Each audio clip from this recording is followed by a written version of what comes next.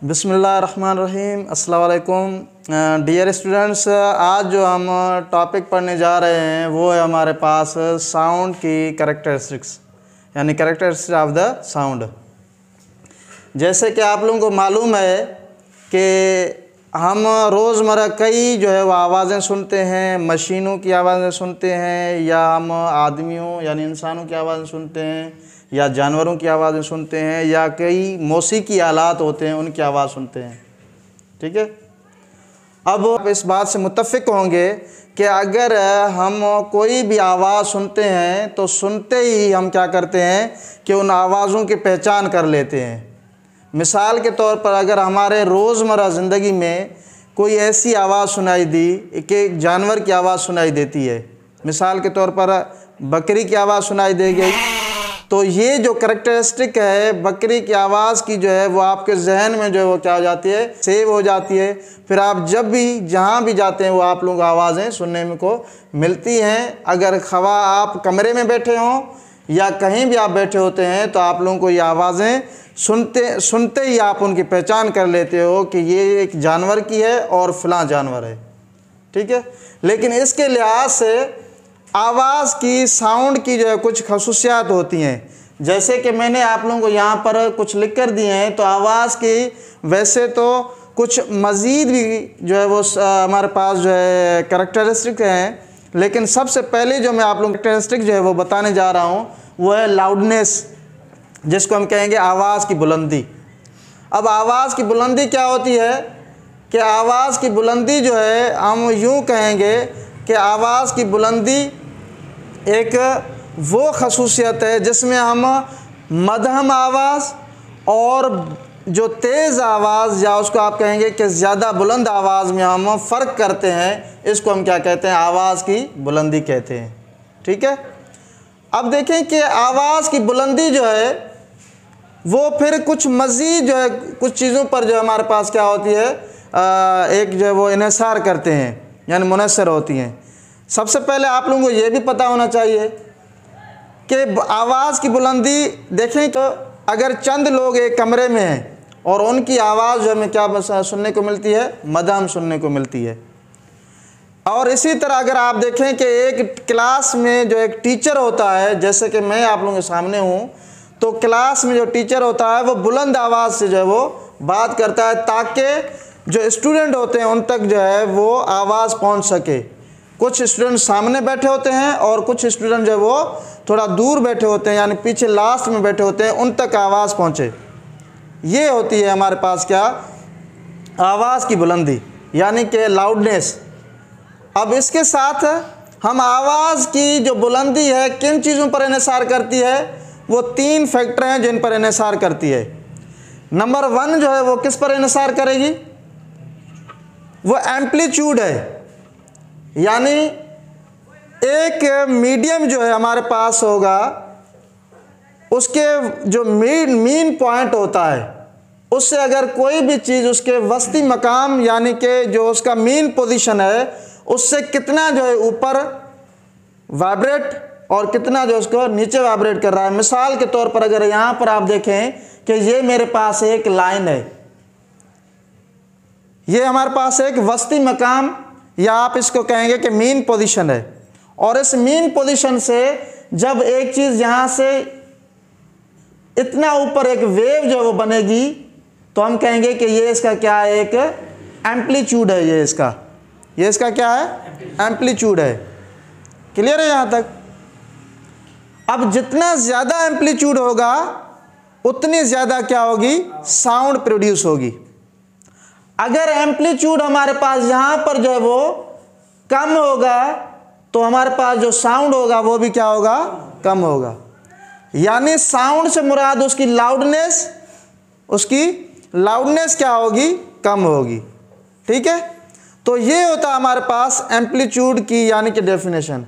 अगर आप दोबारा सुने कि अगर मेरे पास ये एक स्लिंग की स्प्रिंग है, यहाँ तक ये क्या मेरे पास मीन पोजीशन है, लेकिन जैसे इसको मैं यहाँ पर खोलता हूँ तो ये क्या हो गया, ओपन किया तो ये नीचे यानी कि इसके अपने यानी कि फ्लेक्सिबल होने की वजह से ये नीचे झुक गया। अब मेरे इस हाथ से इस हाथ तक यानी कि आप देखेंगे कि ये क्या मीन पोजीशन है। अब ये मीन पोजीशन से कितना नीचे जा रहा है, यानी कि ये इसका क्या एम्पलीट्यूड है। अगर इसको मैं वाइब्रेट करवाना चाहूँ तो ये वाइब्रेट कैसे होगा, थोड़ा सा ख्याल करें इसके, देखें आप लोग।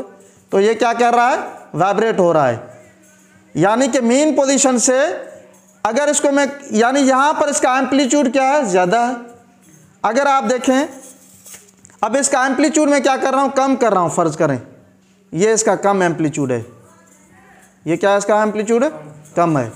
तो यानी जिस म्यूज़िकल इंस्ट्रूमेंट हो, चाहे कोई भी वाइब्रेटिंग जिस्म हो, उसके अगर एम्पलीट्यूड ज़्यादा होगा तो उसका साउंड की जो लाउडनेस होगी वो भी क्या होगी, ज़्यादा होगी। यहाँ तक क्लियर है बात। इसी तरह अगर इसमें देखें कि इसकी जो हमारे पास ये ढोल है, यहाँ पर इसकी जो है खाल जो है लगी हुई है, कोई भी पर्दा लगा हुआ है। अब अगर आप देखें इसको मैं थोड़ा सा ज़ोर दे रहा हूँ, आप देखें इसको मैं ज़ोर दे रहा हूँ तो ये अंदर की तरफ जा रहा है, यानी इसका एम्पलीट्यूड अगर जितना ज़्यादा दूंगा ज़ोर तो अंदर जाएगा, तो इसका एम्पलीट्यूड इतना ही होगा। फ़िलहाल ये क्या है कि ये जो ढोल है ये अपने जो है वस्ती मकाम पर है। किधर है ये, जितने ज़्यादा मैं यानी कि हाथ से इसको जो है मारेंगे तो उतना अंदर जाएगा, तो उतना ही फिर ये बाहर की तरफ आएगा, यानी ये वाइब्रेट करेगा। ये क्या करेगा, वाइब्रेट। अब आप देखें कि इसको मैं अगर एम्पलीट्यूड कम दे रहा हूँ, आवाज़ क्या दे रहा है, हमें कम सुनाई दे रही है।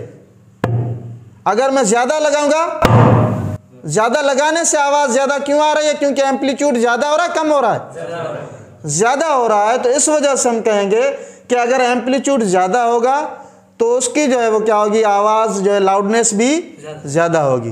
क्लियर है यहाँ तक।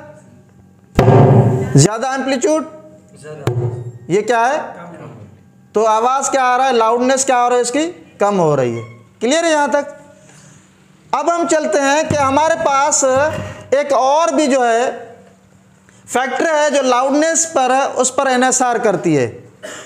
लाउडनेस जो है कि और फैक्टर है, वो कौन सा फैक्टर है, वो है वाइब्रेटिंग एरिया। वो कौन सा है फैक्टर, वाइब्रेटिंग एरिया। जिस जिस्म का एरिया ज़्यादा होगा तो उसकी जो वाइब्रेशन होगी वो भी ज़्यादा होगी। क्लियर हो रही बात। जिसकी हम कहेंगे कि वाइब्रेटिंग जिस्म का एरिया ज़्यादा होगा तो उसका जो है लाउडनेस भी ज़्यादा होगी। अब इसकी थोड़ी सी मिसाल है। सबसे पहले आप लोगों को मैं ये बता देता हूँ कि अगर हमारे पास ट्यूनिंग फॉर्क है, अगर मैं इसको यहाँ पर रबड़ पैड पर लगाता हूँ और हमें पता है कि इसमें क्या पैदा होती है, वाइब्रेशन पैदा होती है। देखें आप लोगों को वाइब्रेशन सुनाई दे रही है, आप लोग सुनाई दे रही है आवाज़। अगर मैं, क्योंकि इसीलिए आवाज़ सुनाई नहीं दे रही है क्योंकि इसका एरिया क्या है, कम है। लेकिन जैसे ही इसको मैं इस रबड़ पैड पर हिट करके अगर इसको मैं ऐसे वर्टिकली यहाँ पर टेबल पर रखूँगा तो इसकी आवाज़ आप लोगों को सुनने को मिलेगी। क्यों सुनने को मिलेगी, क्योंकि एरिया क्या हो गया, बढ़ गया। टेबल एक क्या कहलाएगा, इसका एरिया कहलाएगा। अब आप इस थोड़ा मुशाहिदा करें।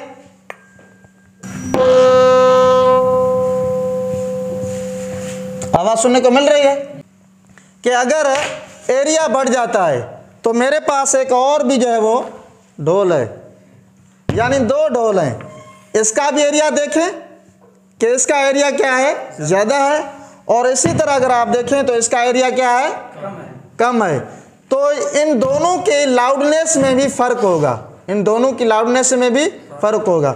अगर इसको मैं यहाँ पर जो है इसका भी आवाज़ सुने क्योंकि एरिया इसका ज़्यादा है, और इसका आवाज़ भी सुने क्योंकि इसका एरिया कम है, तो फिर आप बताएंगे कि किसकी जो लाउडनेस ज़्यादा होगी। कि एरिया ज़्यादा होगा तो लाउडनेस भी, अगर एरिया कम होगा तो लाउडनेस भी। देखें अभी आवाज़ क्या हुआ, ज़्यादा, और इसका आवाज़ क्या है, यानी लाउडनेस कम हो रही है। तो हमने ये सीखा कि पहला क्या होना चाहिए लाउडनेस के लिए कि एम्पलीट्यूड अगर ज़्यादा होगा तो आवाज़ लाउडनेस भी, अगर एम्पलीट्यूड कम होगा तो आवाज़ भी कम होगी।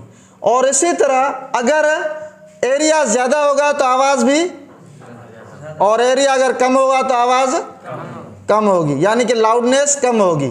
ठीक है।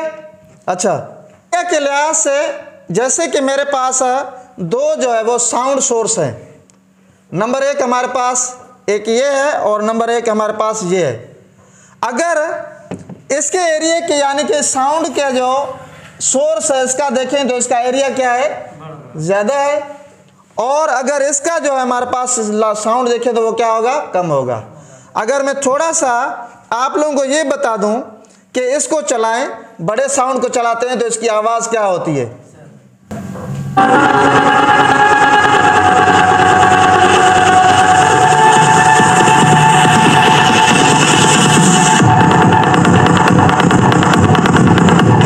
ठीक है। अब इसकी आवाज़ आपने सुनी कि कितनी लाउडनेस थी, क्योंकि इसका एरिया क्या था, ज़्यादा था। और यही ट्यून अगर मैं इस छोटे से साउंड स्पीकर पर चलाता हूं तो इसकी जो है वो क्या होती है, आप देखें अभी।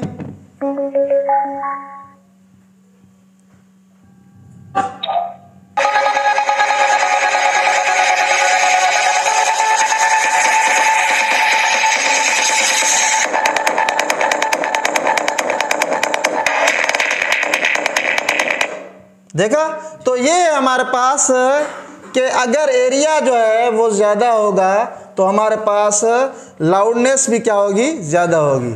अगर वाइब्रेटिंग जिस्म का जो मुर्तश जिस्म है अगर उसका एरिया ज़्यादा होगा तो उसकी लाउडनेस भी ज़्यादा होगी। अगर एरिया कम होगा तो उसकी लाउडनेस भी, अगर एरिया ज़्यादा होगा तो उसकी लाउडनेस भी ज़्यादा होगी, और अगर एरिया कम होगा तो उसकी लाउडनेस भी कम होगी। अब तीसरी चीज़ जो है वो डिपेंड करती है किस पर, कि वो है कि जो सोर्स है, जो हमारे पास सोर्स है, साउंड प्रोड्यूसिंग सोर्स जो होते हैं या वाइब्रेटिंग जिस्म जो होता है, वाइब्रेटिंग ऑब्जेक्ट जो होते हैं, उनसे फासला। अब जितना फासला आप लोग जैसे मिसाल के तौर पर सुने, मैं इधर बोल रहा हूँ, अब मेरी आवाज़ उन तक जो है वो ज़्यादा लाउडनेस होगी जो मेरे करीब होंगे, और जो मुझसे थोड़ा दूर होंगे स्टूडेंट्स, उनकी तरफ जो है वो आवाज़ क्या हो जाएगी, कम हो जाएगी। यहाँ तक क्लियर हो रही बात। और इसी तरह आप लोगों ने देखा होगा कि मिसाल के तौर पर कि एक एम्बुलेंस जो है वो आपके जैसे हारन बजाती हुई जैसे जैसे आपके करीब आती जाएगी तो आपके पास उसके जो है वो उसकी आवाज़ जो है वो क्या होगी, लाउडनेस क्या होगी, ज़्यादा होगी। और जैसे ही फिर आपसे फासला करती जाएगी तो क्या होगी कि उसकी जो लाउडनेस क्या होती जाएगी, कम होती जाएगी। तो आप लोगों ने ये सीखा कि साउंड की जो करैक्टरिस्टिक्स होती हैं वो आपने सीखी। उसमें पहली करैक्टरिस्टिक्स जो है वो हमारे पास जो खसूसियत है वो क्या है, आवाज़ की खसूसियत है। वो क्या है, आवाज़ की खसूसियत है। अब आवाज़ की खसूसियत फिर क्या करती है, 3 फैक्टर पर जो डिपेंड करती है। नंबर 1 एम्पलीट्यूड ऑफ बॉडी या ऑब्जेक्ट, और नंबर 2 एरिया ऑफ ऑब्जेक्ट, और नंबर 3 जो है distance from the vibrating object. In 3 factor पर जो है हमारी लाउडनेस जो डिपेंड करती है। तो आई होप कि आप लोग इस चीज़ को समझ चुके होंगे।